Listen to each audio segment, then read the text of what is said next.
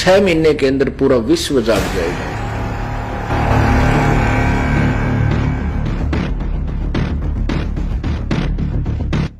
ये दास जो सत्संग कर रहा है, यदि जिस दिन किसी पुण्यात्मा के भाग उदय होंगे किसी चैनल वाले के, और इस ज्ञान को हिम्मत से करके चला देगा, 6 महीने के अंदर पूरा विश्व जाग जाएगा। और जितने ये नकली संत बने फिर दुनिया को श्रद्धालुओं को भ्रमित किए हुए हैं, इनके जीवन के साथ ये खिलवाड़ कर रहे हैं, धोखा कर रहे हैं, बर्बाद कर रहे हैं, इनको कहीं छुपने को स्थान नहीं मिलेगा। वर्तमान में ऐसे अब तो किया जा सकता है, लेकिन उस समय न कोई ऐसा जो है प्रचार प्रसार का साधन था। परमात्मा एक एक दिन में हजार हजार जगह प्रकट हुए और वहां जा जाकर लीला प्रकट की, दुखियों को का दुख दूर किया और निर्धनों को धन दिया, रोगी का रोग कष्ट किया, निसंतान को संतान दी। इस प्रकार वो प्यारी आत्मा परमात्मा से जुड़ी, उनको मंत्र दिया, केवल प्रथम मंत्र। ये 5 नाम जिसमें होते हैं, ये 7 भी नहीं दिए प्रभु ने। उनकी कमाई के कारण फिर परमात्मा ने एक लीला की थी, एक गणिका को हाथी पर बैठा करके और गंगा जल बोतल में भरकर शीशी में ऐसे और बीच में बैठा करके, आगे रविदास जी को बैठा करके, बीच में उस लड़की को बैठा करके, पीछे परमात्मा विराजमान हो गए थे। उस लड़की के कंधे पर हाथ रखकर हाथी के ऊपर बैठ गए और एक हाथ में वो गंगा जल पी रहे थे। जनता समझने लगी कि शराब पी रहे हैं। और उस वैसा सुप्रसिद्ध वैसा थी, उस गणका को साथ लिए हुए थे, सभी पहचानते थे कि वो वैसा है जो आज कबीर के साथ है। तो उस समय जब वो लीला की तो वो 64 लाख वो नकली थे।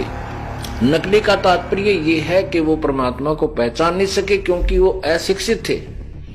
और परमात्मा बंदी छोड़ कबीर परमेश्वर जी जो दास अब ज्ञान प्रचार करा, ये उन्हीं का प्रदान किया हुआ दास केवल रिपीट कर रहा है। उस समय अशिक्षित होने के कारण जनता परमात्मा को नहीं पहचान सकी, क्योंकि सदग्रंथों से वो मेल नहीं कर सके जो भगवान कहा करते थे। इसलिए वो सभी उस समय विमुख हो गए। कुछ तो ऐसे विमुख हो गए कि कोई बुराई नहीं की अपने गुरुदेव की, लेकिन लोगों की शर्म से वहां जाना छोड़ दिया। कुछ जो गुरुद्रोही हो गए वो तो कभी नहीं आएंगे मालिक के चरणों में, लेकिन अधिकतर केवल परमात्मा के पास जाना छोड़ दिया। और लोग बहकाने लगे कि वो भगवान थोड़ा ही हो सकता है, तो उनको ये भी जज की वे गुरु जी ने तो कमाल कर दिया और गलती तो बनेगी दिया, लेकिन वो गुरुद्रोही नहीं हुए। तो वो 64 लाख जो है अब उस परमात्मा की समर्थ उस समय जो भक्ति दी उन्होंने, किसी ने 2 वर्ष की, किसी ने 10 वर्ष की, किसी ने 15 वर्ष की, किसी ने 20 वर्ष की, तो उसके कारण अब उन्हीं के मनुष्य जन्म होते हुए आ रहे। उस भक्ति में इतनी शक्ति थी दाता ने जो आपसे करवा दी, जैसे आपको प्रथम मंत्र दिया जाता है। इसके कारण भी आपके हो सकता है 10-20 मनुष्य जन्म के मनुष्य के जन्म हो सकते हैं। तो अब जो पुण्यात्मा है कहते ही शीघ्र समझ जाते हैं, तुरंत मालिक की शरण ग्रहण कर लेते हैं। ये वही पुण्यात्मा है जो लगातार मनुष्य जीवन प्राप्त करती हुई आ रही है और परमात्मा की चाह भी तड़पती है, चाहे वो किसी मंदिर में, मस्जिद में, गुरुद्वारे में या कहीं और चर्च में या किसी संत की आड़ में, कहीं ना कहीं वो अवश्य कोई भक्ति विधि अपनाए हुए, क्योंकि वो आत्मा रह नहीं सकती भगवान के बिना। और परमात्मा जैसा भी उनको ज्ञान मिला प्रभु के विषय में, वो भोली आत्मा ने स्वीकार कर रखा है और उसी पर दृढ़ हो रही है, लेकिन कोई लाभ विशेष नहीं है। इसलिए कुछ नास्तिकता भी पनप चुकी है वर्तमान में। तो वो पुण्यात्माएं अब 64 लाख तो आवेंगी।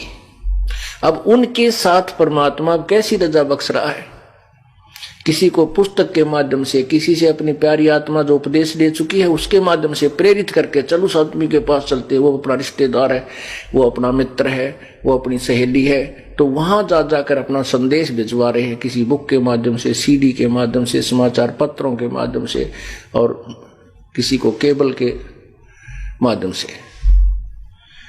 अब वो संदेश पहुंच रहा है, वो पुण्यात्मा अब आ रही है, वो तो शीघ्र ग्रहण कर जाती हैं। तो ऐसे परमात्मा उस पुण्यात्मा के साथ जो श्री नानक जी वाली थी, वो कभी ना कभी किसी युग में प्रभु के चरणों में कंटिन्यूस रही है। तो ऐसे वो परमात्मा उनके साथ लगा रहा है, लेकिन पार नहीं हो पाई।